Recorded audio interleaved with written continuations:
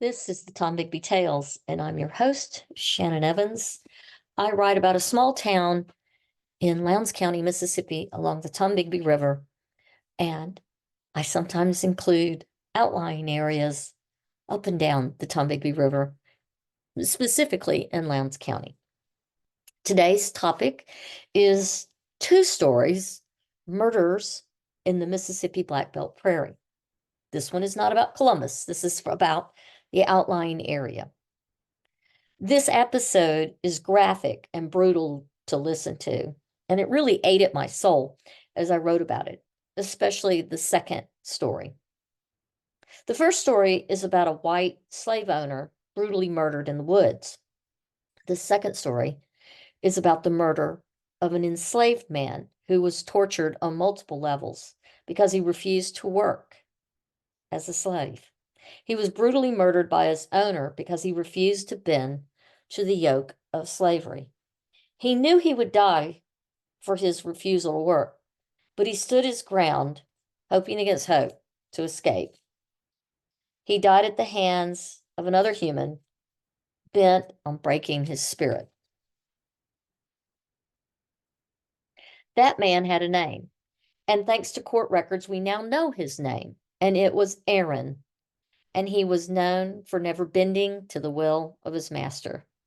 Aaron died for that indomitable spirit, but his murderer, a white slave owner in Mississippi, would eventually escape any consequences in the end. But let's start first with the murder of Leroy Shackelford. Leroy Shackelford was a landowner and planter in the Crawford area. He was a land grant recipient and owned about 200 acres in the Black Belt Prairie west of the Tombigbee River. On Tuesday, June 28th, 1842, Shackelford went in the woods on his property where two of his enslaved men, Wiley and Dock, sometimes referred to as Doctor in court records, were felling timber to be used in the construction of a cotton gin. While Shackelford was stooped over to mark a block of timber recently sawed, Wiley whacked him over the back of his head, and then once he was down, Wiley whacked his owner in the forehead with a mallet. Stunned and nearly unconscious, Shackelford was defenseless as one of the men choked him to death. Worried that the hands plowing the fields just a few hundred yards away on the other side of the woods would hear them, they hid Shackelford's body under some brush a little deeper in the woods. Then they went back to work like nothing had happened after hiding Shackelford's horse and tying him up. The next morning, they returned to the woods as if to continue work on the timber. Instead, they untied the horse, put Shackelford's foot in the stirrup, and had the horse drag his body a quarter-mile further in the woods, so it looked like a fall from his horse and getting dragged had killed him. Wiley knew he'd be suspected if the horse story did not work. He was known to boast to the other slaves on Shackelford's plantation that given the chance, he'd kill their owner. So Wiley headed north along the Tombigbee River, allegedly toward the Ohio and freedom. Doc stayed, was captured hiding on the plantation, and confessed to his part and detailing what Wiley had done. And then he took the men who were in a search party to where Shackelford's body and his horse were. John Gilmer, a nearby wealthy planter who was also a county politician in Crawford, as well as the largest stockholder in the Gilmer Hotel in Columbus, and who also owned a large mansion in Columbus called Riverview, as I said, very wealthy and very well respected, was called to chair a court of sorts, where Doc was summarily found guilty after his confession and ordered by Gilmer to be hanged for accessory to murder. An execution committee was immediately formed, and Doc was hung.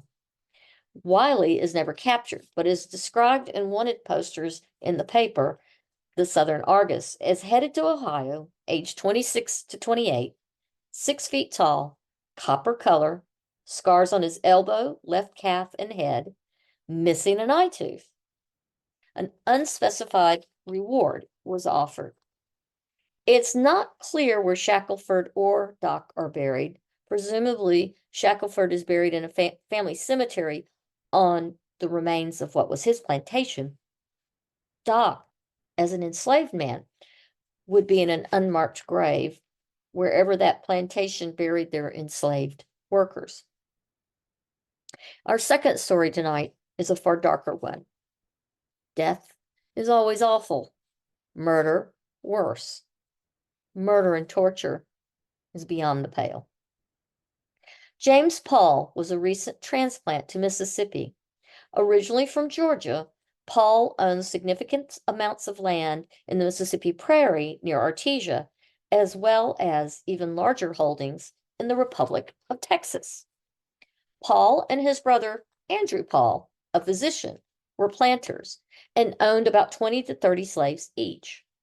James Paul was locally known as a cruel man who ruled his slaves with a heavy hand and was previously in trouble with local courts for beating an enslaved woman so badly she could not walk, much less work, for a week. On May 27th of 1843, James Paul's slave, Aaron, had been sanctioned for refusing to work and due to his alleged illness, as Paul would describe it, and was lashed with a weighted wagon whip, 20 to 30 lashes, at 10 a.m. Not getting any compliance from Aaron and considering him sullen and feigning illness again, and it was in quotes in the court documents, Paul forced an iron gag bit in Aaron's mouth, a cruel device that makes it difficult to breathe and impossible to swallow one's own saliva, and very difficult to speak clearly.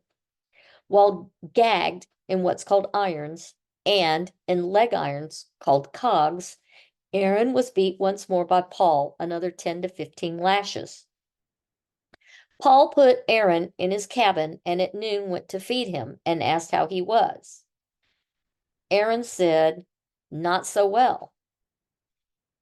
James Paul last checked on Aaron at 1 p.m. Aaron was dead by sundown. James Paul saddled up and went to fetch his brother, Andrew Paul, the doctor. He told Andrew his slave Aaron was either passed out or dead.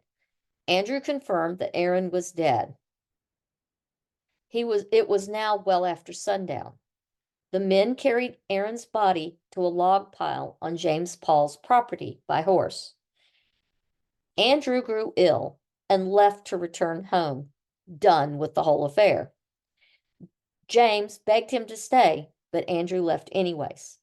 He returned 1 to 2 hours later as he saw a huge blaze of fire where he'd just left James with Aaron's body.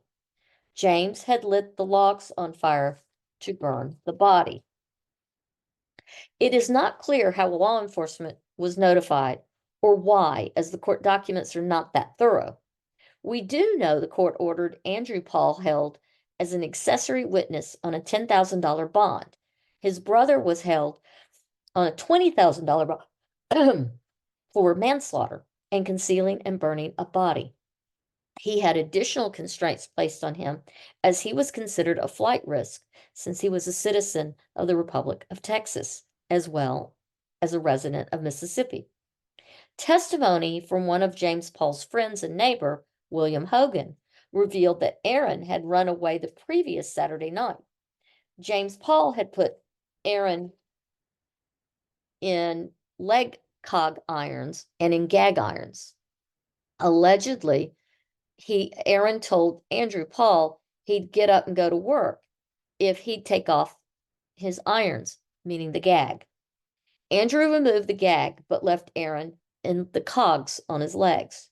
James Paul came back to where Andrew Paul, Aaron, and Hogan were standing. Hogan testified he told James he should sell Aaron.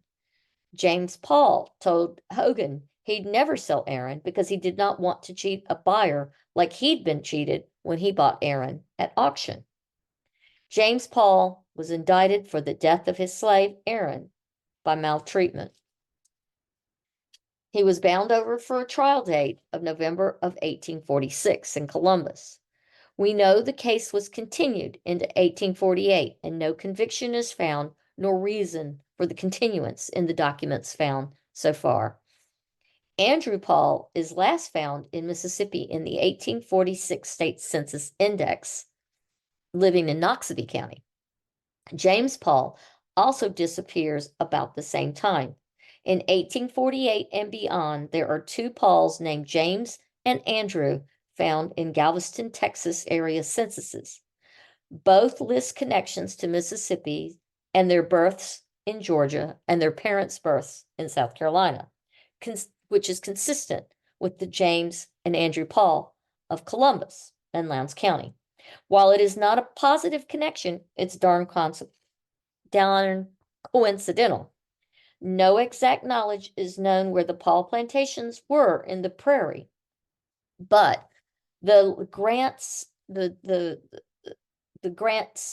are done in such a way that we know what section and what area they were in, but not the exact specifics of the address. To find out more about these cases, consult the Mississippi State Lantern Project online at mississippistate.edu or go to the Columbus Lowndes County Library archives or their website and click on the link to the Lantern Project. I want to thank you for coming on this little tour of Lowndes County and learning more about our history. Some of it's good and some of it's bad, like tonight. But in our next episode, it'll be something lighter, I promise. Thank you for joining me on the Tombigbee Tales, and I look forward to speaking with you and sharing next time.